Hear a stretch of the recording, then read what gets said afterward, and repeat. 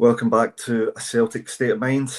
Chris McAway, joined by Liam Carrigan. Big thanks to Liam for staying up late to join me on the show here. Liam, not going to try and dress it up. We'll send our congratulations to Aberdeen on their cup victory, but really want to focus more on our performance. Where did we lose that game, Liam, for you? We didn't kill it off at the start of the second half. We managed to get our noses in front and we didn't kill it off. And look, see when Aberdeen got that equalising goal, you can say, yeah, all right, it's a fluke, it's a mistake with the keeper, whatever. But for the 10 minutes leading up to it, they were coming back into it, and I could see the way it was going. I was like, look, if we don't get another goal, we're in trouble here. And yeah, you know, I said before the game, if we play even to an average level, we should win. We didn't do that today. We were not even average, we were poor. And Aberdeen took advantage of it.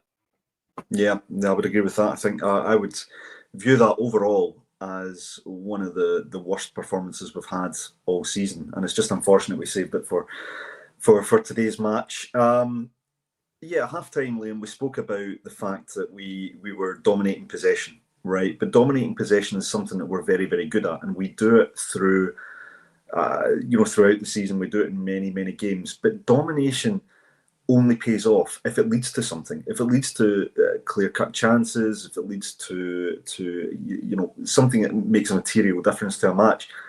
We seem to have an inability to do that today. We could not find the breakthrough.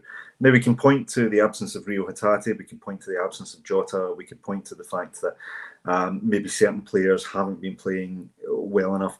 I think we also have to, and anybody who watches this regularly will know that I often defend Brendan Rodgers for his record in terms of success. But I think today many people will point to the tactics and our inability to change our tactics when clearly we were ineffective. Does today's game highlight, Liam, a need that we need to adapt our game, even domestically, when we're not getting that breakthrough? We have to find a way to bring players like Aramida into the game. We have to find ways to ease the pressure on our wingers, who we don't seem to be able to get those quality penetrative through passes or crosses through to the striker.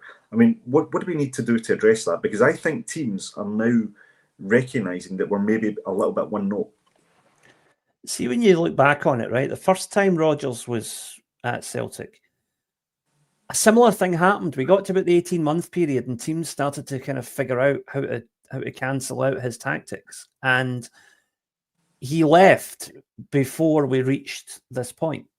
And we are at the point now where questions need to be asked at the tactics. We have been running on fumes, it would seem, for a couple of months, right? The league, we were so far ahead, we were never going to lose that league, right? And at the end of the day, a league and cup double is a great season. It is a great season. It's a horrible way to end the season, but yes. And I would just say, just on the penalties, a couple of things. First of all, Aberdeen 5 out of 5 penalties. Any team that does that and does it with the confidence they did it deserves to win. Yeah, five excellent penalties. Yeah, yeah. And glad's maybe the wrong word, but I think it's better that at least two players missed, because you don't want one player having to carry that ordeal of being the guy that cost the team the treble. Yeah, so if we do have to lose, I'm glad that at least 2 players missed. Yeah, the burden is shared. Yeah, I agree with that from a human standpoint. Look, penalties are a lottery.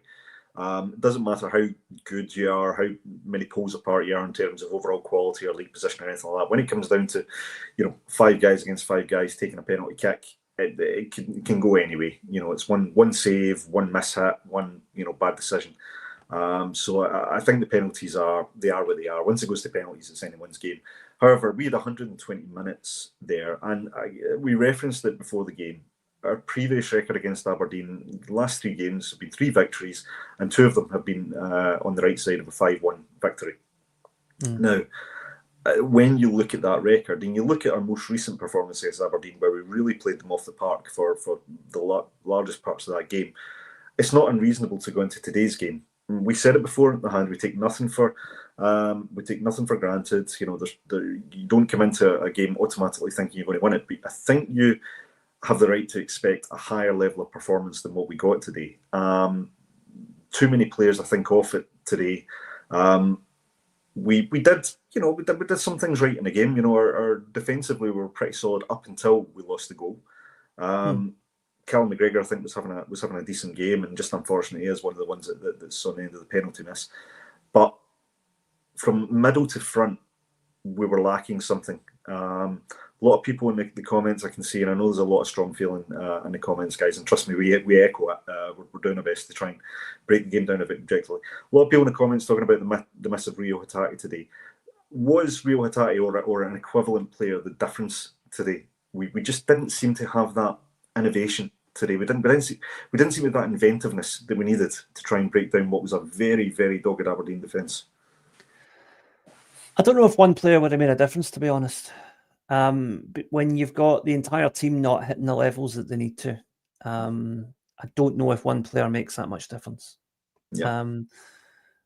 We would have been better with Hatate in the team, obviously. You know, Jota as well. But would that have been enough to get us over the line with the way we've been playing recently? I don't know. I honestly don't know. I mean, it's a complete hypothetical, so I don't know. It is. It's a what if. It's the sliding doors moment. I agree. One of the things we mentioned was when we were 1-0 up at half time, and you said it's like 1-0 is never enough. It doesn't matter how well you're playing because it comes down to one mistake, one bad decision.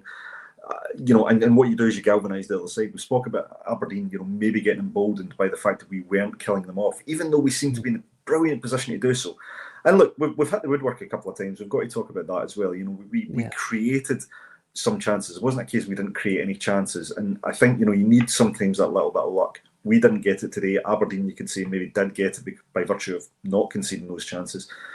But when you look at the one mistake, first of all, Bernardo loses possession. And suddenly Aberdeen, with the players that they brought on in reinforcements, suddenly were able to transition from, you know, that dogged defence into attack. And we looked a bit rattled and we didn't deal with it.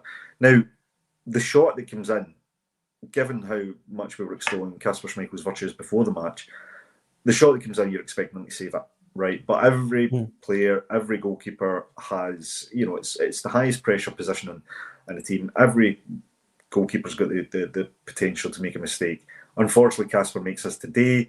Aberdeen get the goal, and that triggers them. They suddenly carry the momentum, and we looked really, really leggy at that point. Is there a mentality issue within the team? Because I don't think we really recovered from that goal. No, we did seem to get kind of sort of caught cold with it, didn't we? I mean, going into extra time, if either team was going to win it, I thought it was going to be us. But, you know, again, though, the two best chances were shots from distance. Yes, that's telling. Yeah. And, I mean, okay, there's also that one where Maeda gets put through on the keeper. But, you know, it's just, we were controlling the game, but we weren't dominating it, if you know what I mean. There is a difference between being in control and being dominant. We were in control for 90% of that game, but we were dominant for maybe about 20% of it, and that's not enough. It's not enough in a cup final. No, absolutely. And like I said, I can see some of the comments coming through. There are different views. A lot of people very, very upset about it. Other people being a bit more pragmatic, looking at the fact that, you know, it has been a successful season. We won the league by several points. We've, you know, won one cup already. We've made progress in Europe. It's been a very successful season. It's probably eclipsed what we did last year. It is a measure of the high standards at this football club, the expectations that has been built up over a number of years of success with the supporters. That, you know, it does feel like a real. I mean, it's the classic sucker punch, isn't it, Liam? You know, you built up to this day, we've performed even throughout the match, and then it's the sucker punch at the end. I mean, I would almost describe that match as a rope-a-dope, the old Muhammad Ali Rumble in the Jungle reference, because I felt as though they soaked up the pressure, and then suddenly we'd nothing left to give at that point in that game. And I think that, leaving this game aside for 1 minute, that's surely got to be something of concern for the manager going forward. Is it a case now where he has to look at the personnel and say, look, team was good enough to get us where we got to this season, but actually if I want to take this team forward, I need to look at higher quality recruits, because I'm not sure that this team, I mean, we know this team can play better than they did today, but I think there's a lot more that the manager could potentially do with the right level of recruitment coming in.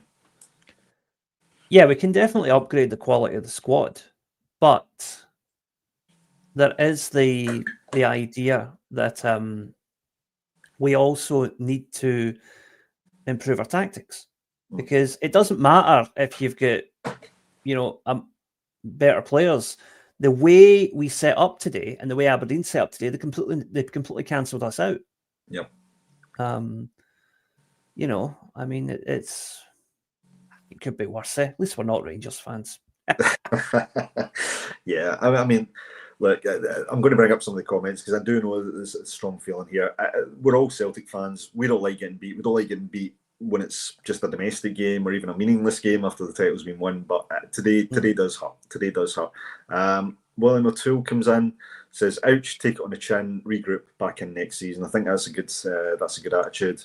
Paul Rees comes in, says, "Back to the drawing board." I think we need to just sharpen up the drawing board a little bit, Paul. I don't know if we need to tear it up and start again, but get where you're at. Barry McCluskey, loving all the brilliant hindsight and insight analysis in the comments. Listen, we do it as well, Barry. It's what you have to do. Sometimes you say something at the start of the match and it always comes back to haunt you. So no harm there. Henrik Larson comes in this year, has thrown up some real surprise results globally. It has. I think that the football, as we saw with the Champions League this year in particular, has the potential to throw up these surprise results. Now, look, we always do our best to try not to sound entitled. And look, it won't be popular with many people, but we do have to give credit to Aberdeen today. We didn't like their tactics. We didn't like the way they set up in the first half. Didn't like some of their Billy Boy tactics in prior games, including this one. But ultimately, they found a way to win today, and we've got to be big enough to say, look, well done to them. As much as it hurts and stings to see it, but I do think it's, and you hope that it has food for thought for the manager. Jean-Paul II comes in, I think, makes a really good point. This is why you don't take winning trophies for granted. Enjoy them when you're winning, as it won't last forever. And you're right, and particularly when it comes to cup competitions. There's never a guarantee that you're going to win it. One-off games, anything can happen. It can come down to one moment, very fine margins, etc. So we have to be fair. James Wright comes in. I've seen a few comments which kind of echo this, Liam. So keen to get your thoughts. Bernardo, Ida, Engels out. I've also seen people talk about McCowan as well. It was reported earlier today that there are fringe players looking to be moved out. Obviously, Lewis Palmas, Stephen Welsh's, etc. People are maybe out on loan or not at the club Kwan, for example. But looking at the squad today, is there anyone you would say, and I don't want to isolate it to today's performance, but players like Engels, Ida, been under scrutiny all season. Bernardo's, not really been able to establish himself in a team. Injury played a big part of that. Would you say that's an overreaction for the moment? Do you think these guys deserve another chance under the manager, or are these players you would say, no, do you know what? We need to go and change or upgrade. I mean, the thing is, I don't want to pick out any individual players today. Fair because point. I think, much like a lot of people in the comments, we're too angry right now to really look at it rationally. Right? Yeah, we're going to spend probably the next couple of weeks dissecting this. Absolutely. And we will figure out then who's right and who isn't. I do think it's really funny, though, the amount of mutants in the comments who have suddenly become Aberdeen fans. I know. I'm just looking at that. I haven't seen them since Queen's Park. Interesting. Oh no. Yeah. Well, look, or Progress need a corn, or very many of the other semi-professional teams have gubbed them in the recent years. Absolutely. But welcome to the chat, guys. Happy to have you. Thank you for your engagement and the revenue it generates. We all appreciate it. And we do need something to laugh at and cheer us up on a day like today. So that's fair enough. That's fair enough today. I'm going to bring in John Duncan. We've been blessed to win so much in so many years. Some Celtic fans can't accept it. I think it's something we've debated a lot. There's a generation of Celtic fans who've only known success, but look, that's not their fault, right? I mean, Liam, both me and you, I think I'm a bit older than you, but we went through the 9 in a row throughout the 90s where Rangers were winning, and you had some real tough times as a supporter. It does make you appreciate success when it comes, and when it came through Martin O'Neill, and carried on, through multiple managers right up to Brendan's 2 stints, and Ange, obviously. And big congratulations to Ange as well, by the way, for victory the other day. Certainly nice to see that he's still appreciated at this club, even if he's not appreciated at the club he's at the moment. But we've been blessed to have success that we can really appreciate because we remember what it's like to not have that success. But I don't think we can denigrate fans who didn't go through the 9 in a row and say, well, you guys don't know what it was like to appreciate success. I mean, look, if you're a Celtic fan, you want to win every game, irrespective. So I think, I understand the frustration from a lot of our supporters, especially in hindsight, when we know that 9 in a row was achieved largely through cheating. Exactly, and so some of the subsequent. Let's not delude ourselves here. Unlike the purveyors of deludum all over at Ibrox, I am not going to kid myself on. We had a bad game today. Aberdeen beat us. That's all it is. And if you're on here as a Rangers supporter celebrating that, then I just want to say, good. I'm glad that we've reduced you to that you are actually now cheering for Aberdeen. Long may that level of utter mediocrity continue to plague you and the pestilence-ridden club that you all follow. I think you may have made a few of them throw up in their mouth earlier. That thought. That was nice to see. So Tony Markham's in. His observation: it's just a reality check. There's not a chasm between us and the rest. Over a season, we will prevail, but beatable on an off day, which I think is fair. Today was an off day. Unfortunately, too many off days considering our squad and budget. I think. I mean, when you look at the league position, retrospectively, it doesn't look like that. But when you take into account the matches maybe against Rangers, where you always want to win, you look at today's game, which was a very meaningful game. There possibly have been maybe more off days than we'd like. I'm sure there's more off days than the manager would like. I think, what Liam mentioned earlier is quite important. Maybe the measure of the manager now, or maybe the challenge facing Brendan going ahead is, okay, teams are maybe starting to read us now domestically. They're starting to get an idea how to play against us. So as a manager, the challenge is on how do I address that? How do I change the tactics so that I can stop that? And look, for 75, 80, 90, 85% of the games we've played this season, those tactics have got us goals, they've got us wins. Sometimes it's not been pretty. A lot of people talk about that. We're not necessarily playing always the kind of football that we want, but ultimately we've been winning, and we've been winning comfortably in many cases.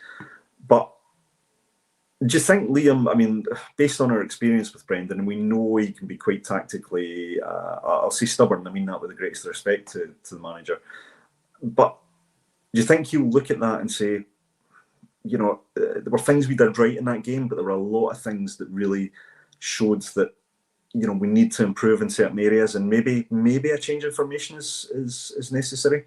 Maybe the recruitment will dictate a change in formation. Brendan Rodgers is a great manager, but his one weakness is his ego.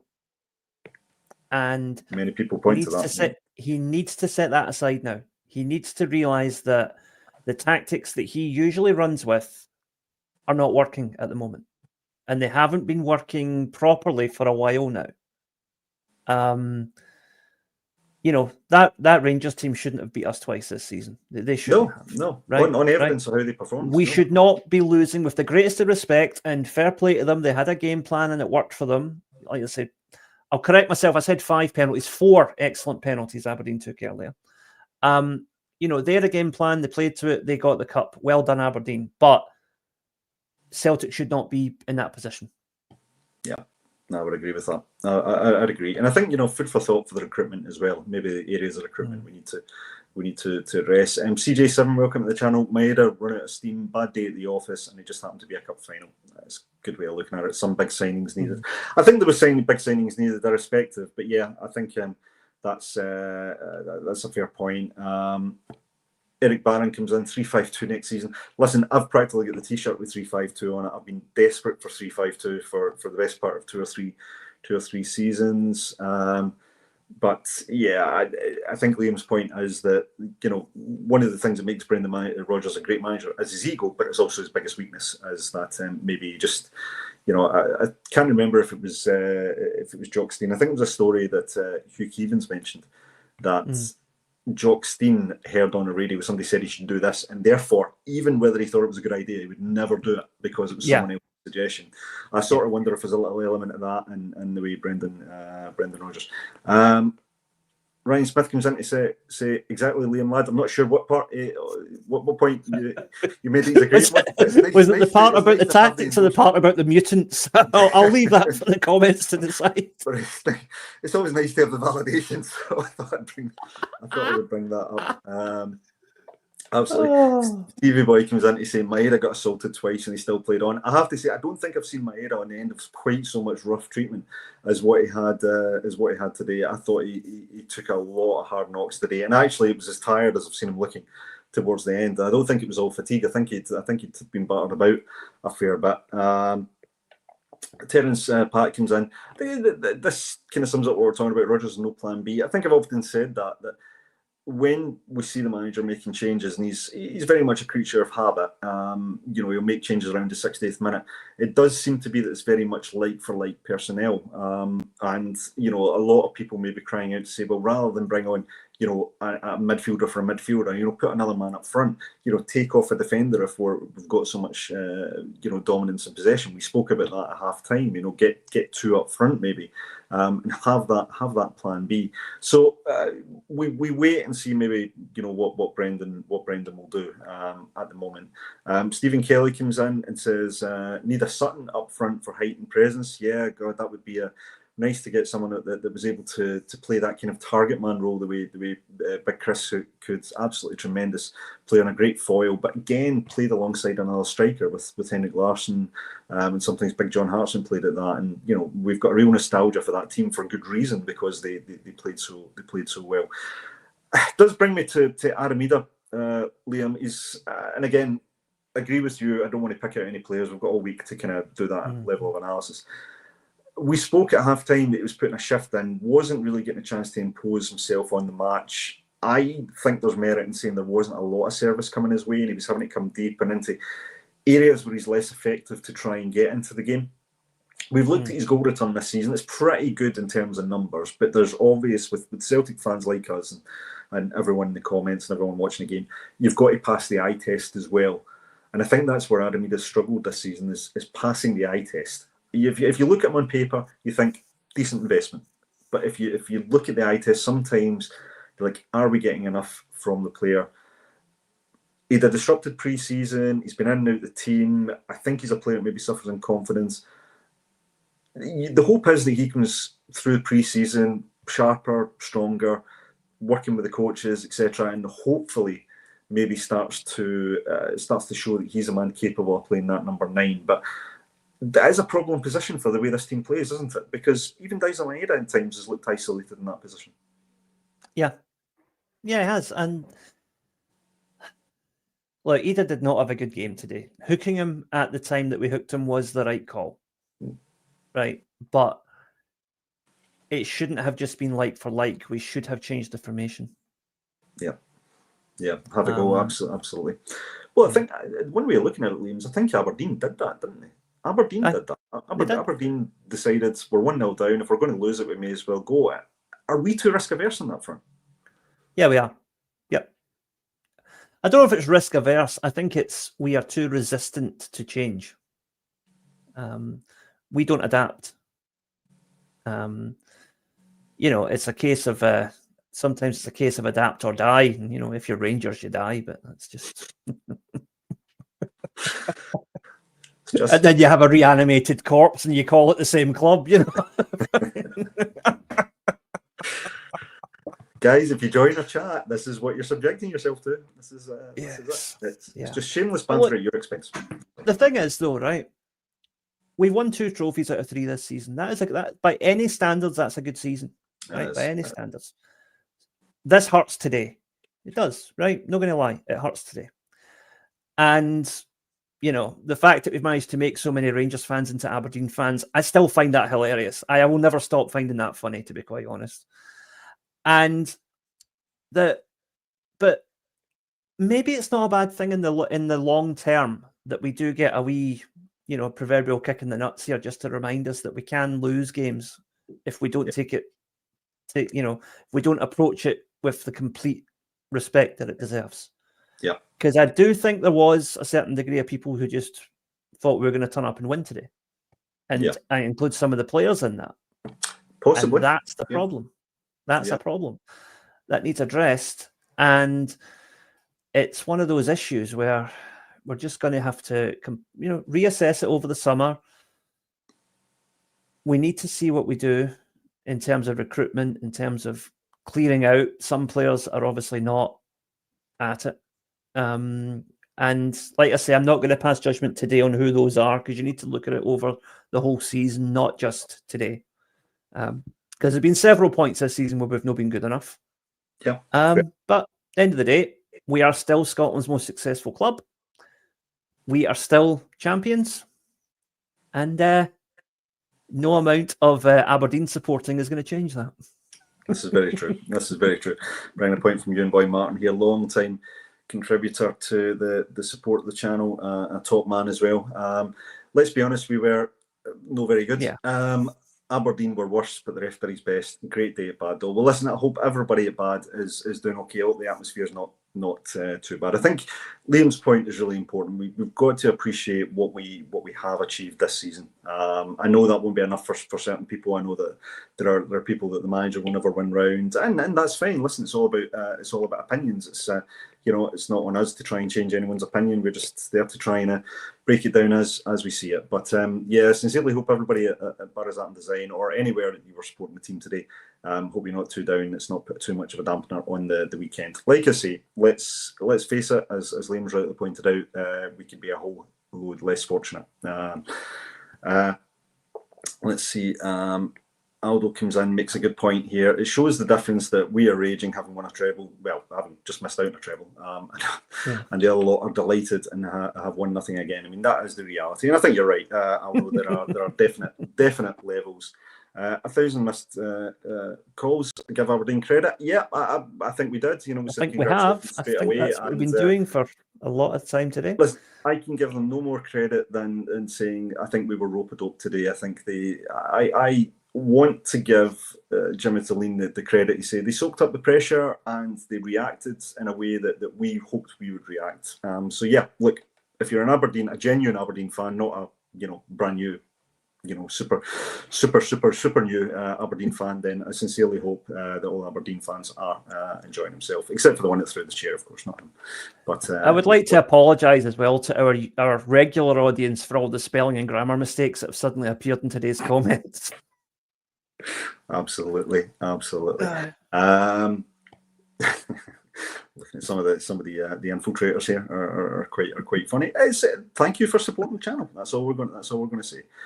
Jazz CFC comes in to say, wrong one. Comes in to say, Jazz CFC comes in to say, anti-football needs no credit. Look, we did point to the fact that at half time that we felt as though Aberdeen, were not contributing to making a game of it, right? But look, ultimately it's their name that's gone in the cup. So as much as I agree with you, Jazz, I would like to see more teams have a go, and not just for the benefit of us winning, but from a football spectacle. I think at the end of the day, all that people are going to remember is the fact that Aberdeen's name goes on the trophy. So similarly as the last two trophies we've got Celtic on them. So it's as what it is. But anyway, Slabbering Cabbage, regular commenter. Good to see you, mate. Take care, you big bunch of champs. Yeah. Well, I am still feeling champion, even on a day like today. Maybe just, not 3 times a champion, but I'll take 2. 2 out of 3 ain't bad, Liam, right? That's what they always say. Yeah. It's better than 0 out of 3, isn't it? It absolutely is. It absolutely is.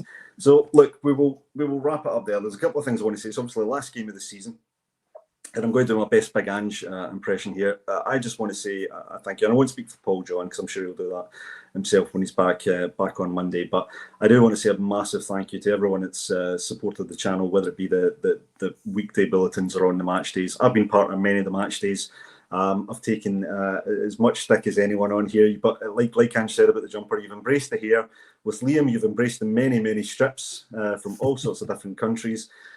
We've embraced Kev McCluskey's beard. We've embraced Sean's ever-changing colour of hair. But we could not do this, and we wouldn't want to do this without all your support. So look, put the result today to one side. Just want to say a massive thank you to every single person that supports the channel.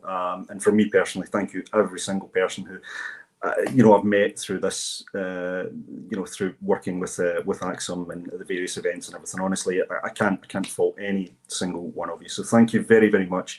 We hope everyone stays safe tonight, tries to enjoy the weekend. We will be with you right the way through the close season. Liam will be continuing the blogs. Please continue to support those because they are excellent, and he puts a lot of work into them as well. Always left for me to say is, look, we go into next season, and to coin a certain former manager, we never stop, and Acsom will certainly never stop. So have a great weekend, all. Thank you for watching A Celtic State of Mind, and thank you, Liam Carrigan, for staying up late and joining me. Take care.